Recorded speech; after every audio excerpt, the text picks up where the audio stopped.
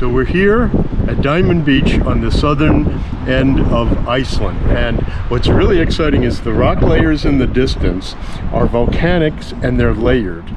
And as we look at them, from the far right to the left, they're gently dipping towards the spreading center. And if we pan along them, you can see the layers and the dip, and they're all the same types of material, lava materials, but if they had sills or intrusions or rocks with different acoustic impedance to the layering, we would have seaward dipping reflectors, which is what we often see in the subsurface on seismic data. So this is, you really need to look at a large outcrop at a large scale and pan along it to see the gently dipping layers. And here we have a nice exposure.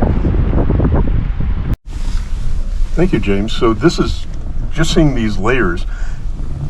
If you take a moment to appreciate it, so these layers are dipping westward into the rift. So I think this is a very special place to be able to see this. You have to be on the eastern part of the island to see. Remember, the rift that we saw is back to the west of us.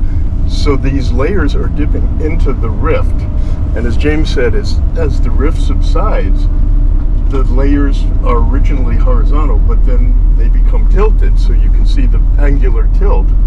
And you need a large outcrop like this to really appreciate it. You can't see it on a small single outcrop. You have to have a really expansive view.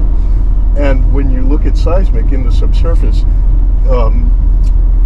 these layers that are dipping downwards into the rifting, where oceans open up and begin, that's a lot of times where the rifts go, an ocean will form. You can see acoustic impedance in these layers that give us a lot of confidence in areas that have, when we have no wells and we don't know what's down there, we know that it's oceanic layers, lava layers going into a rift basin. So it gives, it's an important contextual clue as we look in new basins that don't have a lot of well control. So these are spectacular outcrops. I had hoped to see something like this, and this is better than I even imagined.